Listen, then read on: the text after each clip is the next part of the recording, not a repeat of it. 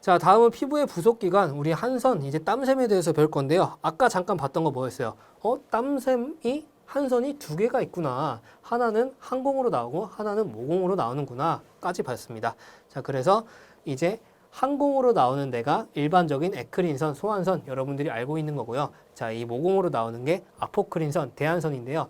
이 모공에서 나오는 땀이 냄새가 나는 여러분들이 잘 알고 있는 암내라고 표현을 할까요? 그런 땀이 이제 아포크린선에서 나오는 분비물입니다.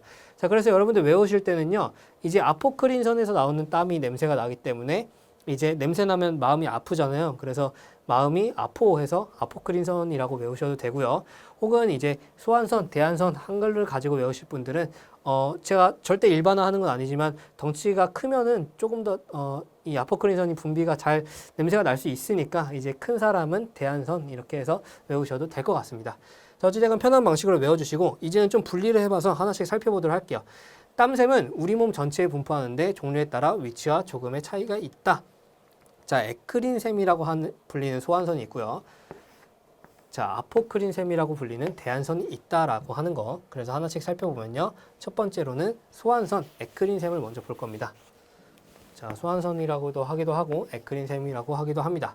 자, 진피 하부에서 피하 조직에 걸쳐서 손발톱, 구순, 음경 등을 제외한 전신 피부에 분포해 있다가 특징이고요. 여러분들이 잘 알고 있는 땀 그 자체입니다. 체온 조절 역할을 하겠죠. 자, 그리고 에크린샘에서 나오는 땀은 관을 따라 진피를 통과해서 항공으로 나온다는 게 차이점입니다. 자, 두 번째 대한선. 대한선은 일부 부위에만 위치를 하고 있죠. 일단 진피 깊숙하게 위치하고요. 자, 특히 겨드랑이 그리고 배꼽, 외음부 등에 분포되어 있고요. 자, 성호르몬의 영향을 많이 받기 때문에 사춘기 이후에 발달하고 생리 직전에 아포크린선의 기능이 활발해진다라고 되어 있습니다. 자, 아포크린에서 나오는 분비되는 물질은 모낭의 윗부분과 연결되어 모공으로 나온다가 그 차이점이었고요. 자, 그리고 이 밑으로는 왜 이제 대한선에서 나오는 분비물, 땀이 냄새가 나는지에 대해서 알아볼 건데요. 읽어보자면요. 이 분비물은 에크린샘의 땀에 비해서 단백질, 지방과 같은 유기물이 상대적으로 많이 있다가 일단 첫 번째 이유입니다. 자, 그리고 두 번째 이유로는 이 유기물들이 박테리아에 의해서 분해가 돼서 지방산 그리고 암모니아로 분해가 되기 때문에 냄새를 유발하는 이제 이유가 이렇게 되는 거예요. 자, 그림을 가지고 한 번만 더 다시 설명을 드릴게요. 자, 일단 첫 번째 이유는 이 땀, 분비물이 단백질 등의 유기물이 더 많기 때문이라고 했습니다. 자, 에크린선보다 아포크린선에서 나오는 땀이 단백질들이 더 많이 있는데 이게 이제 모공을 통해서 나오는 거죠. 자, 그리고 모공을 통해 나올 때 이제 모낭 안에 있는 박테리아와 만나서 박테리아가 이 유기물들을 분해하면서 냄새를 유발한다라고 했습니다. 자, 일단은 이 박테리아는 이 피부 표면보다 이 모낭 안에 훨씬 더 많습니다. 자, 그 이유는 여러 가지가 있지만 첫 번째로 혐기성 세균들이기 때문이에요. 이 모낭 안에서 이제 산소를 싫어하는 세균들이 이제 안에 숨어 있는 거고, 두 번째로 피지를 먹이로 하기 때문에 굉장히 증식하기 좋은 환경에 지금 있는 게 이 모낭 안인 거죠. 그래서 이 아포크린선과 박테리아가 만나서 냄새가 나는 거다. 자, 그렇다면 이 냄새를 잡기 위해서는 이 두 가지 이유를 가지고 우리가 냄새를 잡아줄 수 있을 거예요. 첫 번째로는 이 분비물, 땀을 억제하면서 우리가 냄새를 잡을 수 있을 거고요. 두 번째는 박테리아를 억제하면서도 냄새를 잡을 수가 있겠죠. 자, 밑에서는 지금부터 배울 거는 조금 더 연계된 학습입니다. 자, 설명을 드리자면요.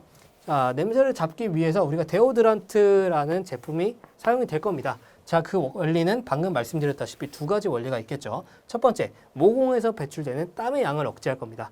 자, 대표적인 성분은 알루미늄 클로로하이드레이트라는 성분이 있습니다.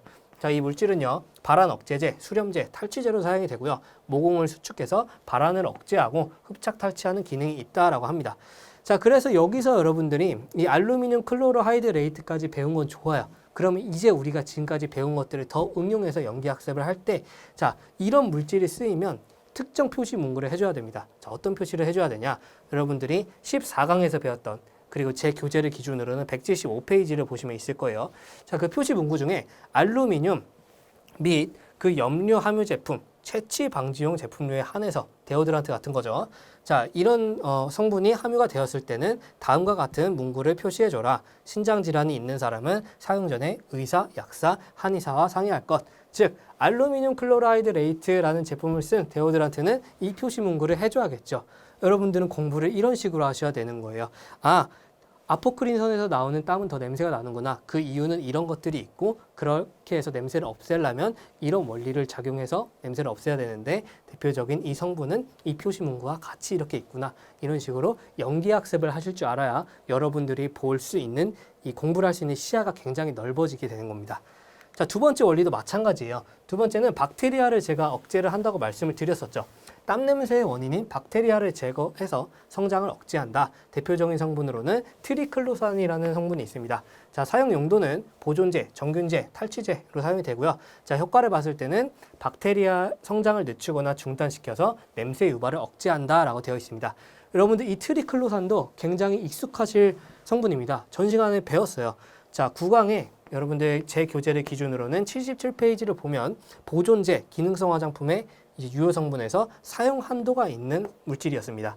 자, 읽어볼게요. 사용 후 씻어내는 인체 세정용 제품류, 그리고 데오드란트, 여기서 나온 거죠.